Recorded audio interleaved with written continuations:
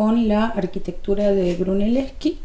Aquí les voy a mostrar el plano de la iglesia de San Lorenzo, que fue encargada por los Médicis. Esta es una basílica, como ustedes verán, que tiene una nave central, dos naves laterales y unas capillas. Después tiene una cúpula central y dos pequeñas capillas que son la vieja y la nueva, como le llaman. Esta es la que desarrolla Brunelleschi y esta posteriormente la va a terminar Miguel Ángel. Acá tienen ustedes una imagen para que vean que sus proporciones no son tan grandes como la Catedral de Santa María dei Fiori. En su interior ustedes podrán ver que tienen una nave central con un lucernario y unas naves laterales que se abren a las capillas estas externas y que tienen en sus timpanillos, no sé, en sus pequeños tímpanos, unas ósculos, ¿sí? Es decir, que tiene ahí unas ventanas redondas. Además, las bóvedas de las naves laterales son vaídas, como ustedes verán. En cambio, la nave central tiene un techo plano, casetonado, tomado de la tradición romana. Los brazos de la cruz se abren en estas dos sacristías, digamos. Yo dije capillas recién, pero son dos sacristías. La vieja, que es la que está de este lado, es la que vamos a ver, que es la hecha por Brunelleschi. Las superficies luminosas de la nave central, estos espacios, ¿sí? todo este espacio, incluidos los vanos, ¿no? Son planos de proyección, son secciones de la perspectiva, ¿sí? En cada uno de los arcos se inscribe el vacío de un tramo. ¿Se dan cuenta de eso? Este sería un tramo, este sería otro, ese sería otro. Es decir, que si nos ponemos mirando de frente desde los pies de la iglesia hacia la cabeza, como está tomada esta fotografía, podemos ver lo que se denomina pirámide visual, ¿no?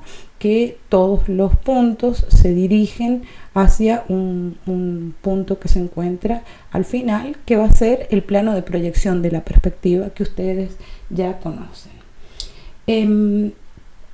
Este plano que él hace para construir la iglesia, este plano, es en sí mismo un hecho plástico, porque la profundidad de esto está proyectado, está descrito por formas que son geométricas y son proporcionales. El espacio en sí mismo es infinito, pero en el plano de proyección tiene que ser finito porque hay que dibujarlo. Si fuese infinito no podríamos hacerlo. Entonces, para eso él lo contrae, lo comprime.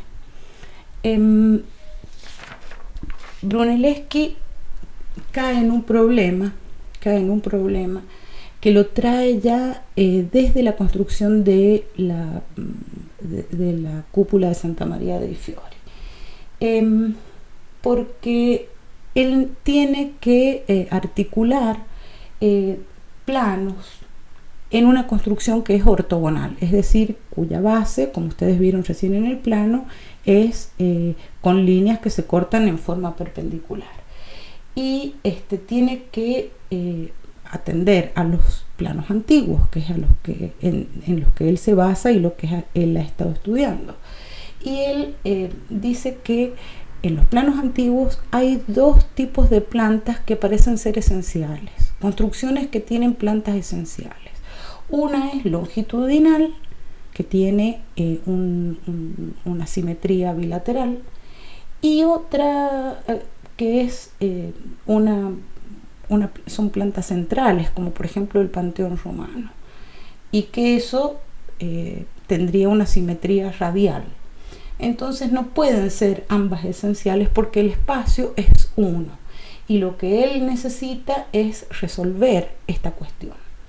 En el caso de Santa María dei Fiori, ustedes recuerden cómo él logra articular aquello que yo le llamé el tallo, y que sería el cuerpo de la iglesia con las 3 naves que eran longitudinales, es lo mismo que pasa aquí, y la cabeza, que era como una flor, era toda redonda y tenía una perspectiva, una composición central.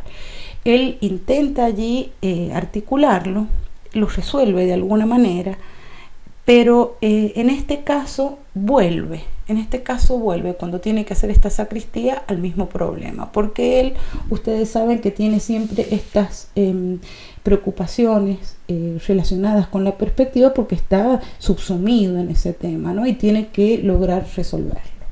Entonces él, fíjense lo que hace, la planta en general es rectangular, no es cuadrada. Sin embargo, él tiene que poner allí una cúpula, una pequeña cúpula. Sería esta la cúpula. Y fíjense lo que hace. Divide, esto es en alzado y esto es en planta. Divide el espacio en 3 niveles. Uno que va a ser el donde se encuentra la sacristía. Otro va a ser un intermedio que va a sostener la pequeña cúpula. La cúpula nuevamente va a tener un lucernario allá arriba, una ventana redonda arriba para que ingrese luz, y otras ventanas en cada uno de los gajos que la componen. Ahora bien, este espacio es rectangular y él no ha puesto la cúpula justo en el medio, sino que la ha desplazado y ha llenado estos espacios, los ha cerrado de alguna manera. Tienen unas puertas, ahora lo vamos a ver, pero lo ha cerrado de alguna manera para dar la sensación de que la forma es un cuadrado, aunque tenga una gran apertura que sería el espacio, el oratorio, les diré, ¿no? Fíjense cómo es.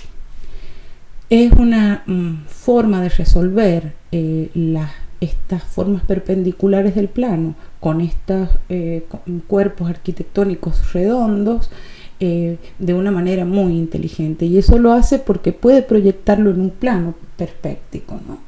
Entonces lo que hace es marcar unos arcos que tienen unas arquivoltas que se llaman estas, con molduras, ¿sí?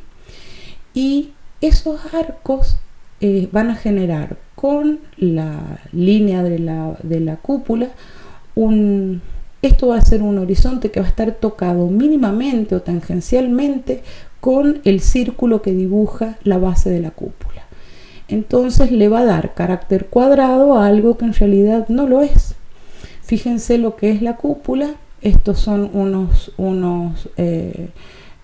tondos que los hizo, yo creo que es Donatello. Pero fíjense la forma geométrica perfecta en la que enmarca la cúpula cuando la habitación era rectangular. Ahí tienen otras vistas de esta iglesia con tanta luminosidad en el centro. Ustedes piensen que la centralidad, la luz clara, es algo muy importante en la arquitectura del 480. Las columnas, ustedes verán que son bastante robustas y que tienen los capiteles que son compuestos, ¿no? Son capiteles compuestos, y como no tiene esta iglesia ornamentos, sino que están destacados los distintos cuerpos arquitectónicos para que pueda verse, para que pueda comprenderse en ellos su articulación, su coherencia y la cuestión de las medidas. Esto de que la nave central equivale a las naves laterales con las capillas, es decir, esas relaciones métricas que tienen tanto en ancho como en alto. De hecho, el largo de esta nave central es el doble de la altura, es decir, que todas esas medidas están tomadas porque eso es el eje, digamos, de la concepción que tiene él de su arquitectura, ¿no? Acá tenemos una capilla, la capilla Pazzi, es la familia Pazzi quien le solicita la construcción de ella. Fíjense qué elegante que es, ¿no? Es una capilla donada por la familia Pazzi. Fíjense que tiene un pórtico, una galería porticada con columnas, y estas columnas tienen nuevamente los capiteles compuestos. Eso es algo que él empieza a utilizar. Posteriormente acá tienen el entablamento con frisos, con flores, y el muro que tiene unas particiones cuadradas que responden o que equivalen a los vanos entre las columnas, y un arco central bastante importante que interrumpe de alguna manera este muro. A simple vista, uno, si entrecierra los ojos y lo mira, le podría recordar a los arcos de triunfo romanos, ¿no? Porque él toma de allí el sistema de proporciones y los adecua a esta nueva arquitectura. En la parte superior, no sé si a lo mejor en la foto anterior se ve mejor, hay unos pilares de madera que sostienen un techo voladizo, lo que le da una apertura y una gracia bastante interesante. Ahora, si uno mira desde lejos, puede ver que este arco, como a la manera de un arco de triunfo, permite ver perfectamente la entrada a la capilla, que como ustedes verán tiene una puerta con un frontis triangular que nos rememora de alguna manera la arquitectura griega.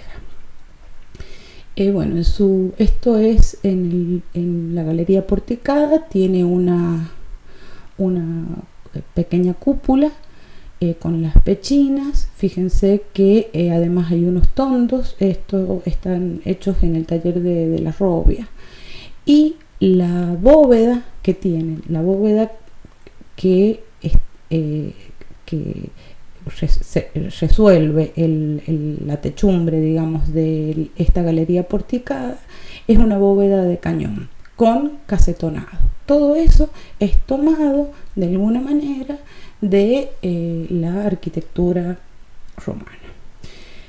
En el interior nuevamente tenemos un interior que tiene una planta rectangular a donde se abre una capilla, un oratorio, pero fíjense que la forma es rectangular. Nuevamente él abre una capilla con un arco que es equivalente al arco que está enfrente. Fíjense el dibujo del piso. El dibujo del piso, cómo sigue los lineamientos de la ubicación de las distintas pilares que son falsos, ¿no? Pilares, y cómo tiene, digamos, esta austeridad en la decoración, esta austeridad donde están remarcados, están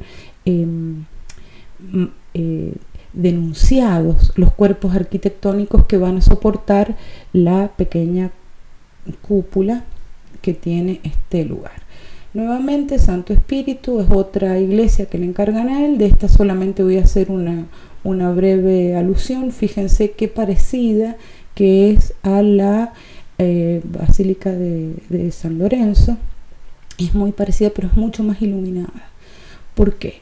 Porque las columnas en este caso son bastante más gruesas, son mucho más poderosas que las otras, lo que significa que los vanos, los espacios entre ellas son mayores. Esos espacios son mayores y entonces hay más aire ahí adentro. Como los lucernarios son importantes, lo mismo que los que están en la cabeza de la iglesia, y las capillas no tienen una entrada más baja que esta, sino que esta es muy alta, ¿no? Fíjense cómo hay una concepción del espacio que se ha pulido porque él ya lo trae desde Santa María dei Fiori, ya lo trae desde allí esta idea de construir un espacio que contenga un espacio razonado. Es decir, que no es solo la pared o la forma de la cúpula o la geometría, sino la construcción de un espacio interior razonado, racional, intelectual. En este caso, es un espacio que se llena de luz y la claridad es algo muy importante en el arte del 480. La claridad, la simetría, la luminosidad, la sencillez, la desnudez, el orden y la escala humana. La escala humana, como ya lo vimos en Santa María dei Fiori, puede ser muy grande la iglesia o la construcción o muy pequeña, como vimos recién en la Capilla Pazzi, pero siempre va a tener esta capacidad de mostrarnos un espacio acorde con la escala humana, porque es un espacio intelectual, es un espacio medible, cuantificable, no tiende hacia la verticalidad y a la dimensionalidad, les diré, de la arquitectura del gótico, sino que está pensado en otro sentido, que es en un sentido medible, en un sentido de proyección de cuestiones que son propiamente humanas, como lo es la geometría. Voy a pasar rápidamente, ahí tienen otras imágenes de la misma iglesia. Voy a pasar a otro ámbito de construcción. Este es el Palacio Pitti. Ustedes saben que los señores, estos burgueses importantes, banqueros italianos, propios del espíritu del 480, que son quienes estimulan el desarrollo artístico y se rodean de este grupo de intelectuales, pensadores, estudiosos del pasado, etcétera. Es decir, que son los que fomentan y difunden el humanismo. Estos grandes señores son muy poderosos y se hacen construir palacios. Este palacio fue atribuido por Vasari a Brunelleschi. Después parece que no lo había hecho él o no lo había diseñado él. Sin embargo, es posible que haya participado del desarrollo del plano de esto, porque se ha muerto unos años antes de que se terminara de construir. Los palacios son muy interesantes de ver porque tienen una estructura bastante común entre todos ellos, ¿no? El Palacio Pitti, como verán, tiene 3 plantas, plantas que tienen llenos y vacíos, vanos y llenos. Fíjense la planta inferior con unos vanos de medio punto, intercalado con uno rectangular, medio punto rectangular, medio punto rectangular. Después la segunda planta son todos de medio punto y la tercera planta también. Es decir, que son de 3 plantas. Están construidos, ustedes verán en esta imagen que acá se ven unas piedras un poco más toscas. Estas piedras, recuerden que se llaman sillares. Están hechos con sillares almohadillados. El sillar almohadillado, ustedes ya lo han visto en el arte incaico el año pasado, es decir, que son piedras que tienen forma de almohadilla, que son sobresalientes en la pared. No son todas iguales, es algo muy difícil de hacer en esta época y de un costo altísimo, lo que significa que solamente los grandes señores podían hacerse casas con este tipo de material. Sillares almohadillados muy gruesos en la planta baja, menos gruesos en la segunda planta y menos gruesos en la tercera. Es como que se va afinando hacia arriba el tratamiento del sillar. Es más almohadillado abajo que arriba son más lisos. En este caso tiene estas balaustradas que seguramente permiten, generan un espacio como si fuese un gran balcón, ¿no? Ahí tienen la parte interior de este palacio. Ustedes piensen que acá vivía gente. Estos palacios han sido retocados después, reutilizados. Después acá vivieron los Medici también, cuando se pelean con los Pitti, bueno, no sé qué. Pero fíjense el trabajo de sillares que tiene en el interior. Siempre son, o casi siempre son iguales, con patios cuadrados adentro. En general son cerrados, este no lo es, pero en general son patios cuadrados. con una galería porticada hacia donde dan las distintas habitaciones. Fíjense las balustradas acá, que son como cornisas sobresalientes, lo mismo que esto. Eso también es algo propio de la construcción de los palacios. Fíjense que este no se cierra atrás, sino que tiene jardines y no sé qué. Y estas otras cosas han sido también agregadas después, porque estas casas estaban en un espacio más abierto y en la actualidad han quedado en el corazón de la ciudad de Florencia. Les voy a mostrar otros palacios como para que vean. Aquí tienen el Palazzo Vecchio, que se llama, fíjense cuando se ha creado en 1299, es decir, en la Edad Media. Pero ya se puede ver que tienen las 3 plantas. Acá están todos los escudos de las familias, vivieron los Medici acá también. Y tiene una gran torre. Esta torre, junto con la cúpula de Santa María dei Fiori, es un icono de Florencia actual. Y nuevamente vean que tienen los sillares almohadillados. Este ha sido también bastante retocado. Este es el interior del Palazzo Vecchio. Obviamente que estos ornamentos han sido agregados después, pero las columnas en general compuestas, es decir, que tienen elementos de las dóricas y de las corintias, por ejemplo. Las bóvedas de crucería en las galerías porticadas que están alrededor de los patios estos cuadrados, y las distintas ventanas arriba son casi todos tienen, como les digo, la misma estructura. Y pueden ver las bóvedas de crucería, y estas cosas han sido agregadas después porque inclusive Napoleón y todas estas gentes de siglos posteriores han seguido viviendo y han ido agregando distintos ornamentos. Ahí tienen otro palacio, el Strozzi, para que vean que todas las habitaciones están alrededor de un patio cuadrado. Nuevamente tiene 3 plantas. En este caso, fíjense que no tiene balustrada, sino que tiene cornisa, y que tiene estas ventanas, estos vanos que se llaman bíforos, que tienen dos ventanas cada uno, ¿no? Nuevamente cuadrados en una parte, medio punto, es decir, casi siempre son las mismas cuestiones, los mismos cuerpos arquitectónicos y las mismas formas que repiten. Este es un poco más cúbico. Les diré que, por ejemplo, el Palacio Pitti que vimos al principio. Todos estos palacios en la actualidad han sido donados a la ciudad de Florencia, y operan y trabajan como museos, ¿no? Que son muy famosos. Ahí lo tienen de nuevo. Y este es el interior. Fíjense que tiene bóveda de arista, el patio cerrado, con galerías porticadas, con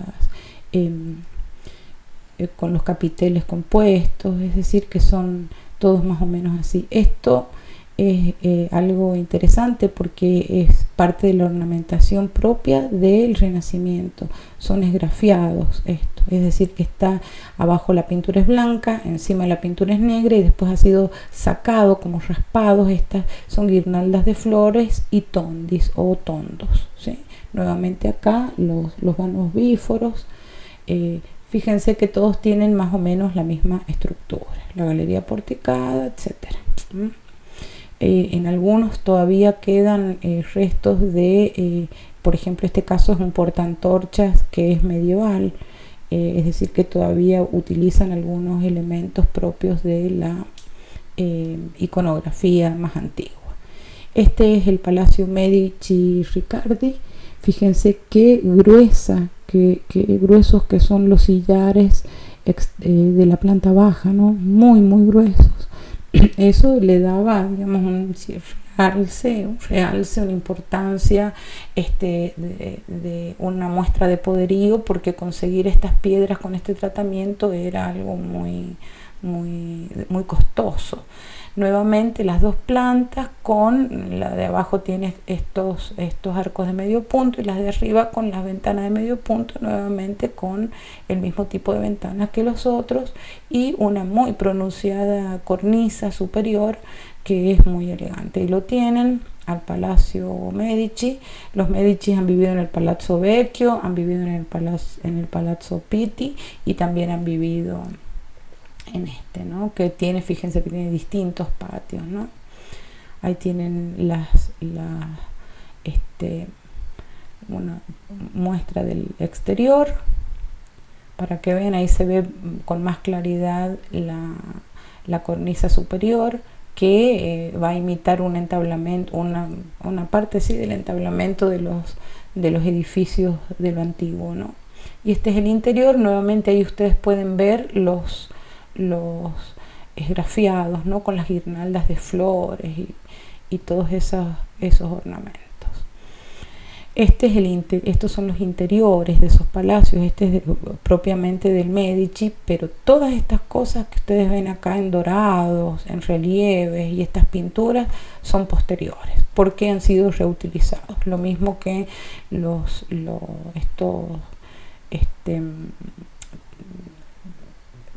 me acuerdo cómo eran estos textiles, ¿no? Enormes, son divinos, divinísimos. Todas estas cosas son posteriores, pero fíjense que el techo se ve ahí casetonado. El dorado obviamente que es posterior. Esto se los muestro a modo de chisme, les diré, como para que tengan idea de las dimensiones internas que tenían las habitaciones de estos palacios. Bueno, termino este video y terminamos con Brunelleschi y la arquitectura del 400.